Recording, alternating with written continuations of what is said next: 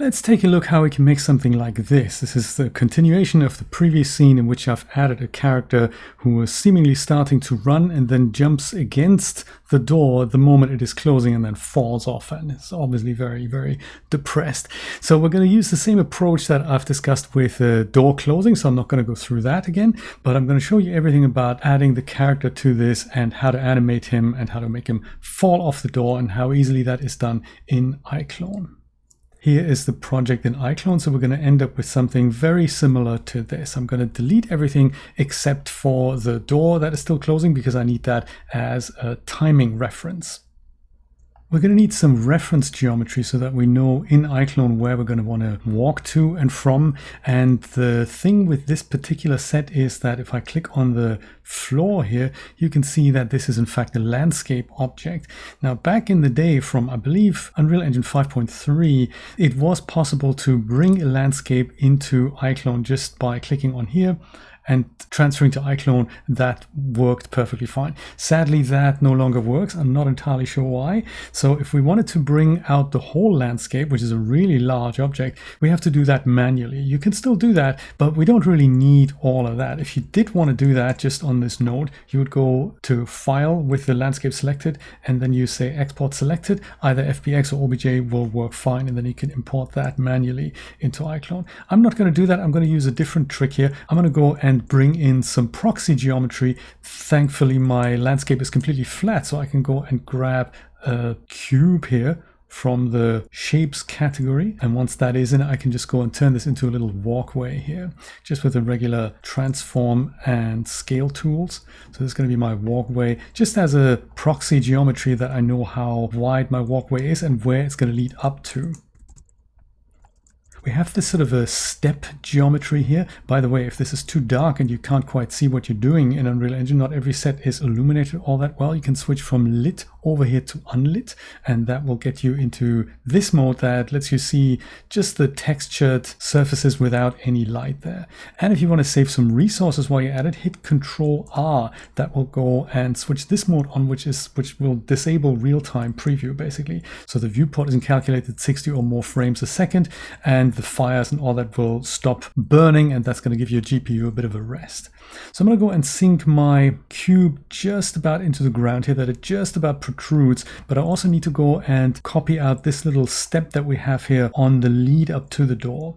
I also have some of these objects here. I think I'm going to ignore the grass, but I do want to make sure my guy doesn't run into these barrels here on the lead up. So I might go and make that just a tiny bit wider still. The cube, not the step. I don't want to change the set, and that'll be that. So I'm going to select the runway here and this little step that'll lead up to the door and these two barrels. And then I'm going to go and hit my Reallusion icon again and choose Transfer to iClone Merged. And that should do that back in iClone. I will say Convert All. And that gave me this.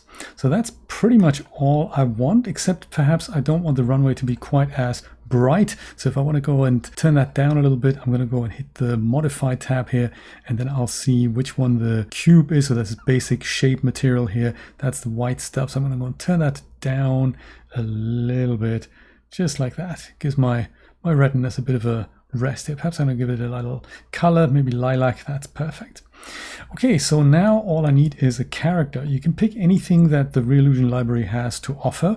I think I'm going to go and pick my motion dummy because he's a perfect candidate for this. You're going to find him under Actor, Character, Motion Dummy. It comes in 3 versions. These 2 are fully fledged humanoid characters, and this one here is an actor build version, which I'm going to use. So it's a little bit less geometry, and for our illustration, it's going to be just fine. First order of business is framing him up. He's in the scene center right down here, but my dummy geometry is all the way up here. So I can select the character as well as the dummy geometry together with the Control key, and then I can press F, and then I'll see both of them in relation to one another.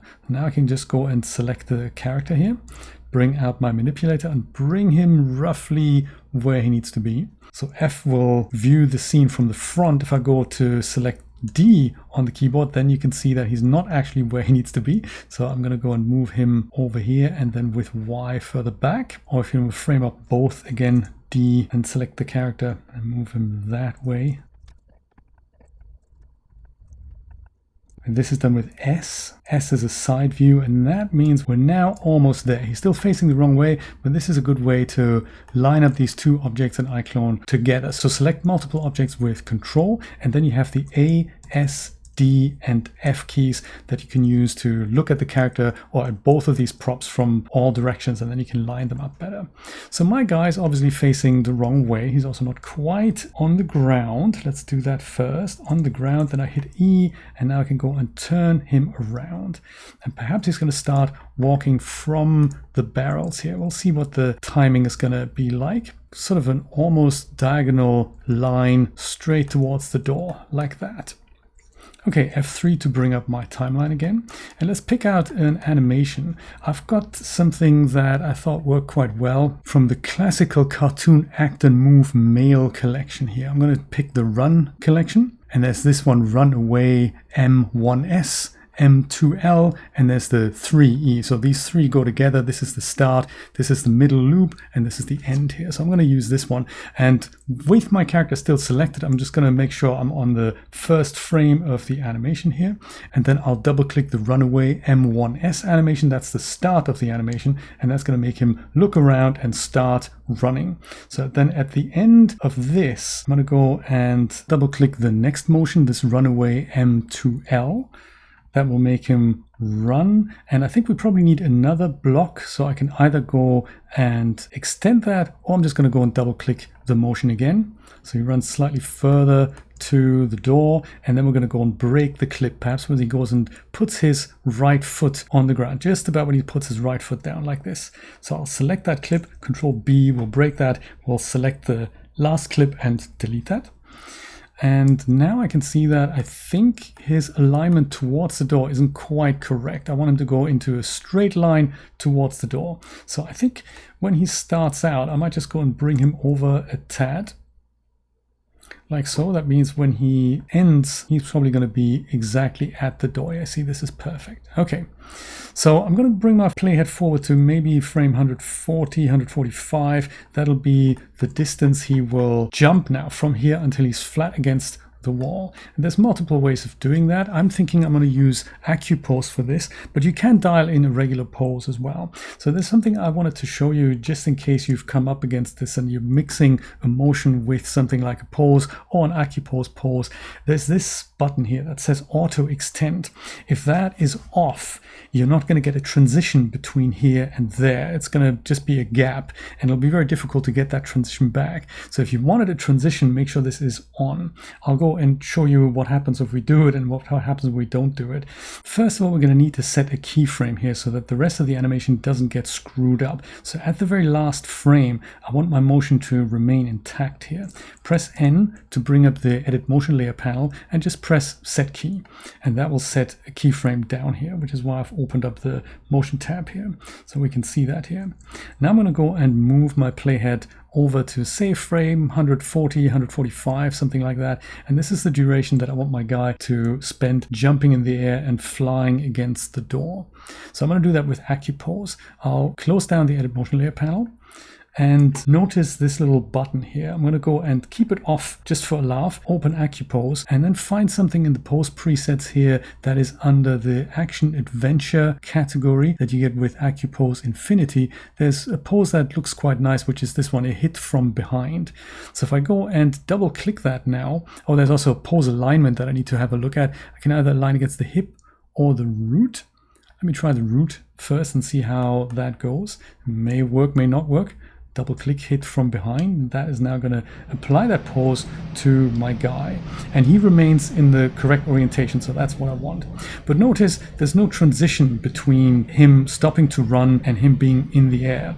So I want him to smoothly transition into that, and this happens when this button isn't pressed, when the auto extend isn't enabled. Let me go and undo that. Remove that pose that I've just applied, do the exact same thing, same frame in the timeline here. I'll enable auto extend, and now I'm going to go and apply this again, hit from behind, and that is now him hit from behind. But notice that we have this transition here from our keyframe that we set at the end of our animation to the one that he almost lands against the door here. So he's not quite there, so I'm going to have to help him out using the control panel here. I'm going to use move body, and that means all of it is going to get moved further forward like this, maybe also a little bit higher, perhaps exactly on the door. This might be good for comedic effect here, especially if we add another of those transition curves. And that is pretty good. So I think that we're just going to go and leave him on here for dramatic effect. I think we're going to have to set another keyframe if we wanted to do that with the AccuPose closed, the edit motion layer panel open, and we're going to go and set another key here. Boom.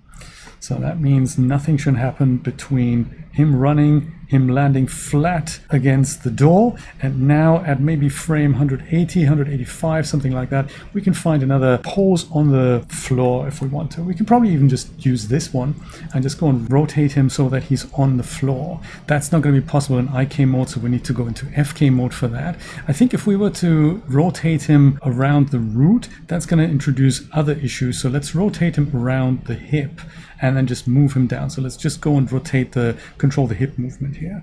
Hopefully that's a good keyframe. I haven't tried this out.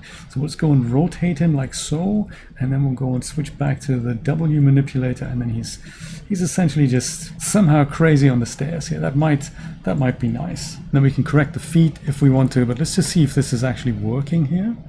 In principle, yes it is. He's going to go and splash out there, and then he's going to go and clonk down on the floor. So on this keyframe, we can go back and make some fine adjustments here. Maybe with the legs, maybe this one's out a little bit. FK is best for this because we don't have anything that touches the ground. And perhaps even the head goes and does this, and that's a perfect pose. So let's switch that off.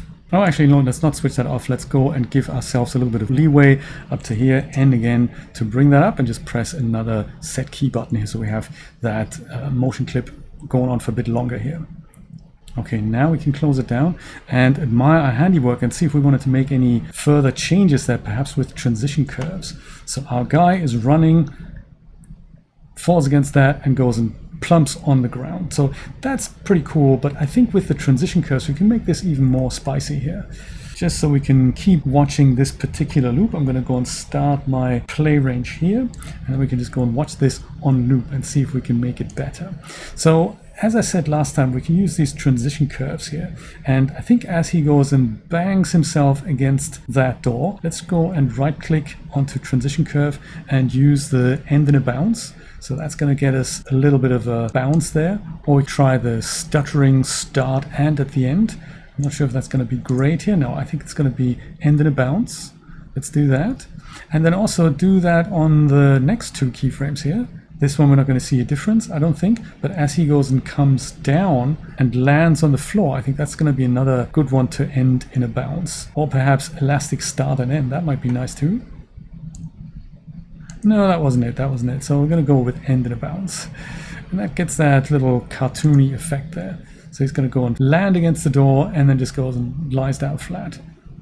That looks pretty neat. So all that remains to be done now is to bring him over in its entirety over into Unreal Engine. So the easiest way to make sure your play range is selected completely is to select all your clips down here, and then click this icon. That'll make the start and end of your current selection as long as the clips. And that is all we need. So we can go and close that down and now send just my man over back to Unreal Engine. You can give him a nice color. I'm going to leave him as he is. Click on Unreal Engine Live Link. I'm going to go and disable the prop, the camera, and the light because we have all of that in Unreal Engine. I'm going to go and include the scene, but also include the motion. And I'm going to click range. And that means my whole play range with the character is going to be copied over there. I can also use bake all animations to sequencer. We didn't quite see that last time, so I might go and do that. In fact, thinking about that, do I also need the door? I don't actually remember if there is a sequencer in my project. Let me just have a look. No, I do not. This is actually quite a nice little demo, so I'm going to go and show you how both of these things can be combined in one sequencer as you send it over. And this is quite nice. So we need the character, and then we also need the door, which I believe last time I renamed it into door B5IC. So I also want to have that sent over as well as the character, and all of these are going to remain on a sequencer. Let's see if it works. Click transfer file and actually save your file before you do anything. You never know where crashes can lurk. Okay, let's do this. Here he comes. Dummy is importing. And looks like we're finished. So usually the message log comes up, and if it's empty, that's, no news is good news here. So let's close that down. And we don't see anything in our scene except for the new door that's being added here. So the one that is open, much like last time. Let me go and switch it back to the lit mode so we can see the materials here. I'm going to go and select the original door on the details panel. I'm going to go and shift right click on that material that it has. And I'm going to go and choose my new door from iClone. And I'm going to go and shift left click on that material here. That copies that. And this one we're going to hide in a moment with the sequencer. So that'll be easy to hide that, as well as the runway here. Then we have full control in sequencer for that. So where is our sequencer? So that is one of those things that might need a little explanation. Let's have a look in the content browser, and then over in a folder called RL level sequences, you should have one with the date and the time that got sent over. And that's the one that you want to use. So in our case, it is the one from the 16th of April at 2 minutes past 11 in the evening. That's the one. You can go and rename that, but I'm pretty sure this is the current time. So I'm going to go and left click and drag that into my scene. So I can go and open it easy from here. Namely from the details panel, we can also rename that in a second, open level sequence. And here is, with the home key, you will go and bring the whole play range into view. We can see exactly what we saw in iClone, namely my guy running against the door. We can also see that the door is actually being spawned. So both my dummy as well as the door gets spawned in. That means the sequencer is taking care of this, which means the door that I've just given that material to is not exactly the door we want to see. So I'm going to go and click this door here from the sequencer and go and paste my material in there as well. Shift left click. Now that's looking handsome. And I'm going to go and hide the other door. So this one is the one that's currently animating. Let's leave that in place. This one is the one that iClone sent through and put into the scene. We can go and delete that really. Actually, why don't we do that, because we don't really need that anymore. And this one here, that was the original door from the set. I'm going to go and hide that. So on the sequencer, add button, add actor to track. And then here I'm going to go and click the plus icon and say actor hidden in game, and I'm disabling the visibility here that hides my door. In fact, I'm going to go and put this into a new folder, and I'm going to call that hidden objects, like the game. I'm going to do the same with my runway here because I don't really want to see that. So select that cube. I could also delete it, but just in case I want to bring it back, add that. Once again, actor hidden in game, disable. I'm going to go and put that into my hidden objects folder here. Perfect. I don't have a camera set up, but you can see that the animation is working. Oh, and unlike on the previous project that I've shown you, we don't have a light behind the door. So if we wanted that, we could go and do that. But look at that. My guy is running and it's working perfectly fine in Unreal Engine. All we need to do now is set up a few cameras, and then we have ourselves a scene. This is going to be exciting. And look, we did that in, well, a little over 20 minutes. So that's quite nice.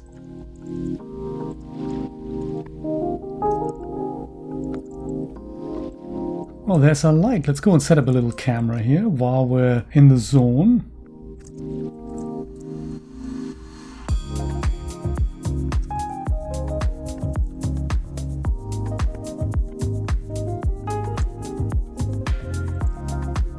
And there we have it, slapstick camera, slapstick effect. This was nice.